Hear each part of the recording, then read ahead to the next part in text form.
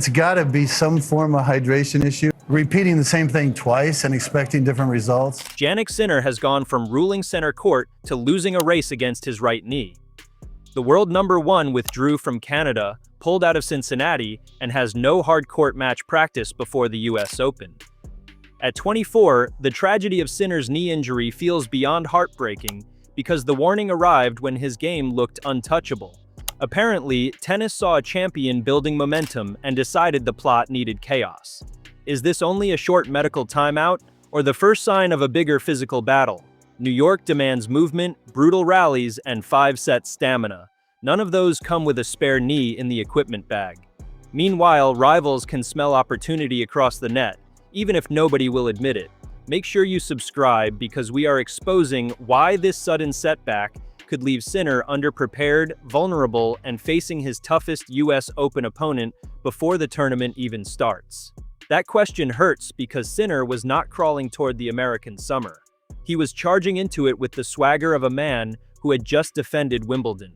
Alexander Zverev stood across the net in the final, yet Sinner handled that pressure and collected the 5th major title of his career. His season already included the first 5 Masters 1000 trophies, a run that completed the career Golden Masters. Basically, he had turned the tour into his personal trophy delivery service.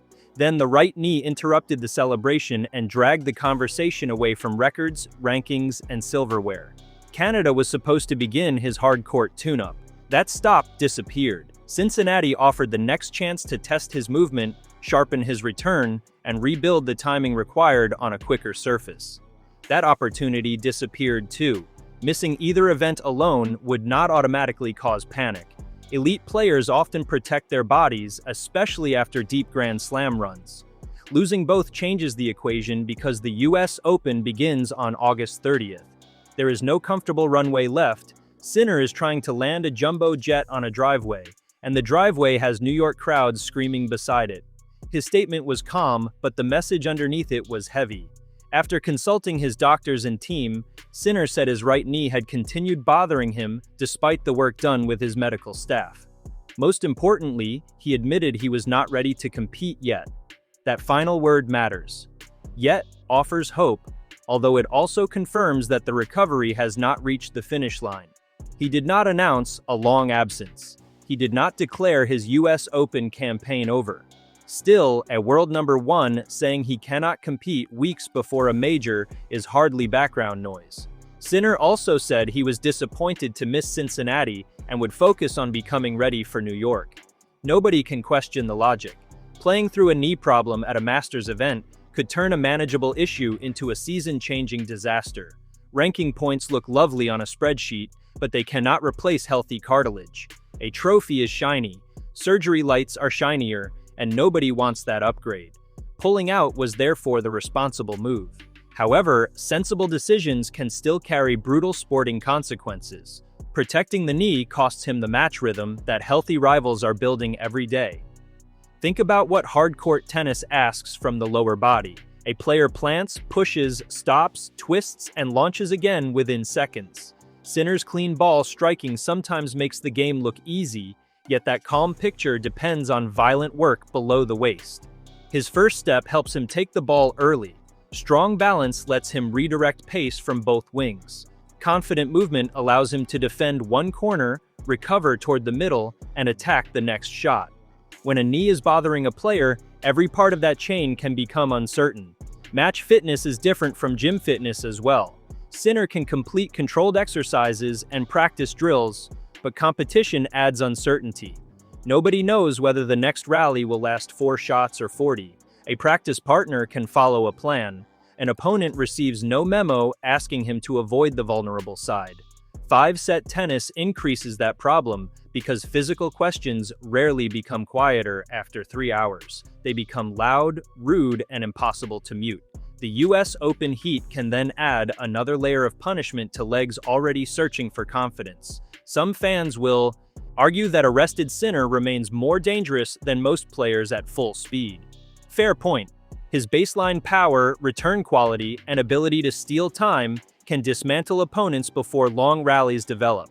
A favorable early draw might let him play himself into shape. Straight-set victories could preserve energy and rebuild belief. Champions have reached majors with imperfect preparation before and still survived. Sinner is also not an ordinary contender.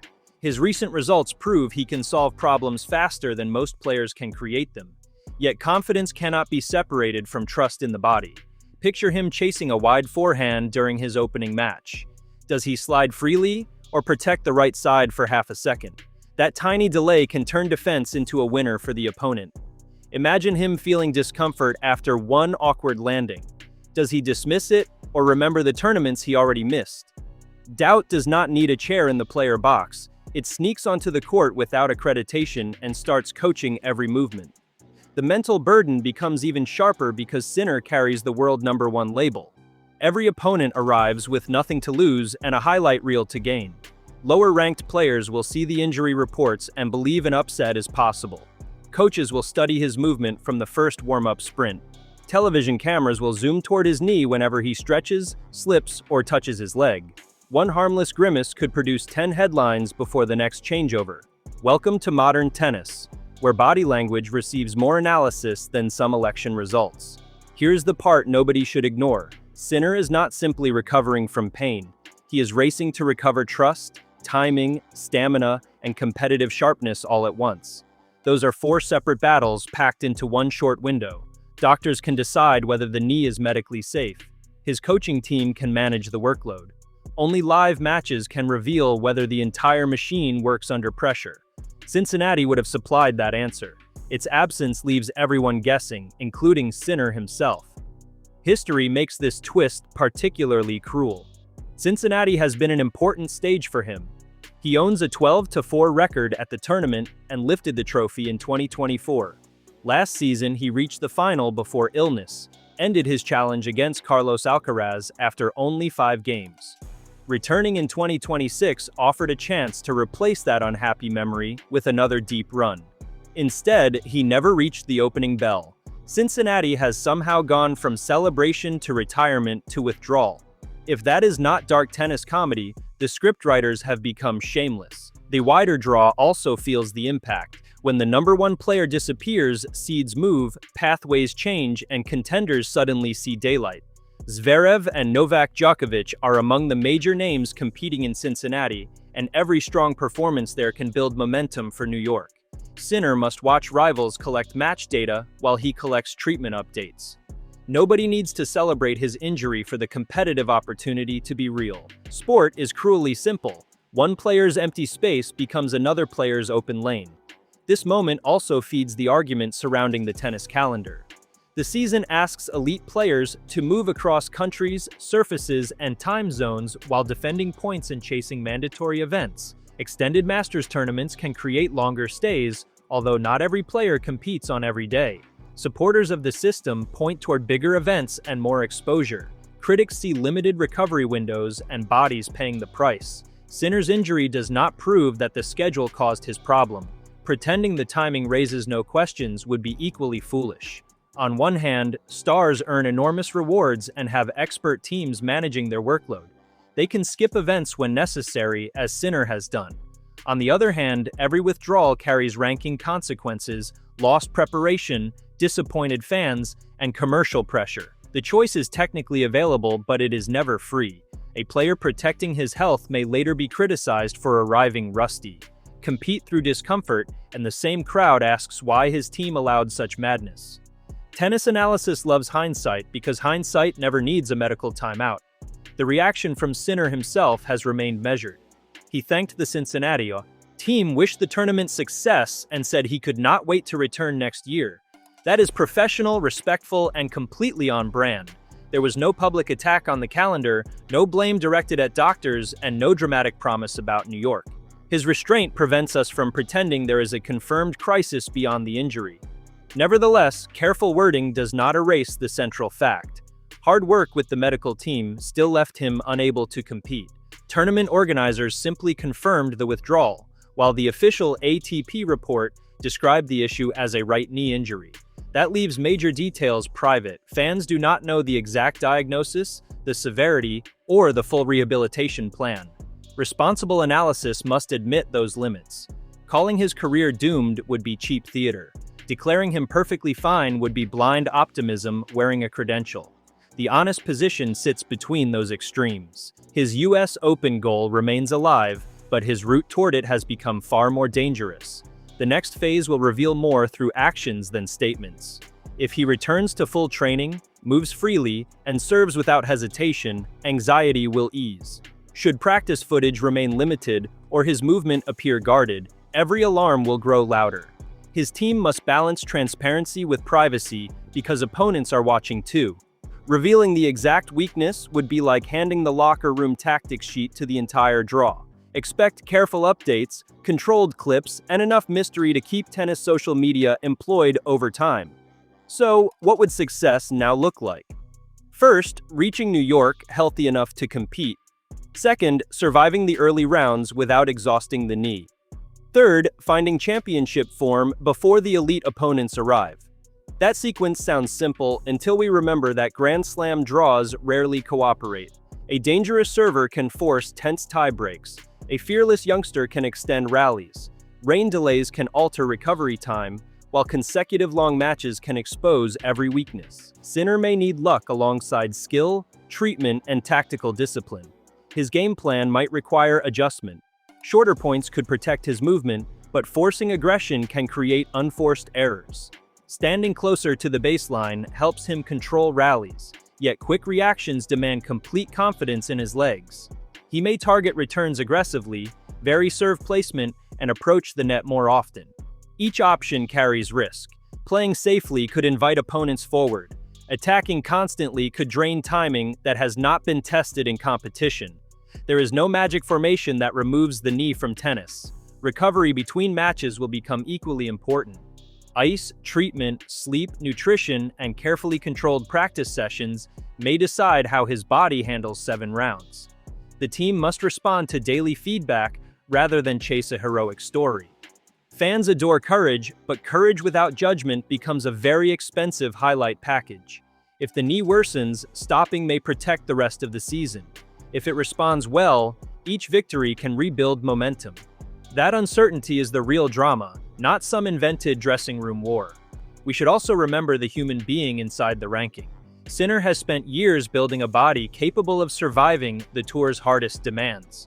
After reaching the sport's summit, being forced to wait can feel cruel. Athletes are trained to solve problems through action. Injury removes that control. Instead of competing, he must trust doctors, repeat rehabilitation work, and accept progress measured in small steps. For a champion accustomed to deciding rallies with his racket, patience may be the most irritating opponent imaginable. Sympathy does not mean lowering the competitive standard. If Sinner enters the US Open, opponents should test him. They will move him side to side, use drop shots, extend service games, and search for hesitation. That is not disrespect, it is professional sport. Sinner would do exactly the same if the situation were reversed. The harsh beauty of tennis is that nobody can hide behind teammates. Once the ball is served, his knee, nerve, and shot selection must answer every question in public. Hope remains because his ceiling is enormous. A slightly rusty Sinner can still dominate many matchups through clean contact and early ball control.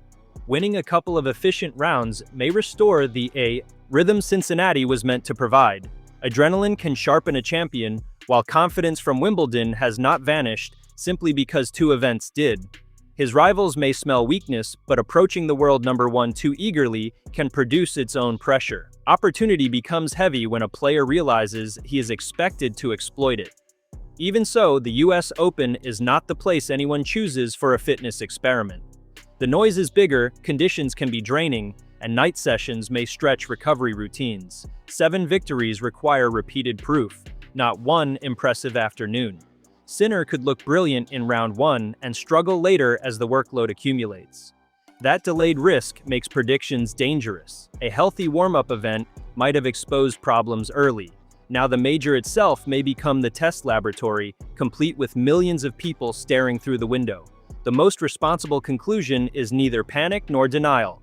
Sinner made the correct call by withdrawing from Cincinnati if his doctors believed he was not ready. His long-term health matters more than one Masters trophy or a perfect preparation schedule.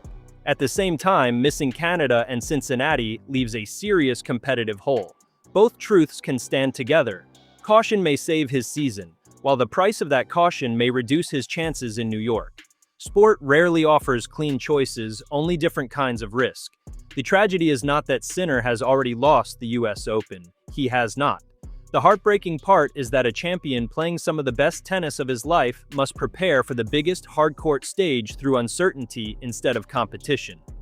1 month ago, opponents needed a tactical masterpiece to stop him. Today, everyone is waiting to see whether his right knee does their work for them. That is savage, unfair, and painfully typical of professional sport. Drop your verdict in the comments right now. Is Sinner making a smart withdrawal that will save his US Open campaign? Or have 2 missed warm-up events already placed him at breakpoint? Like this video, subscribe to the channel, and turn on notifications so you do not miss the next update.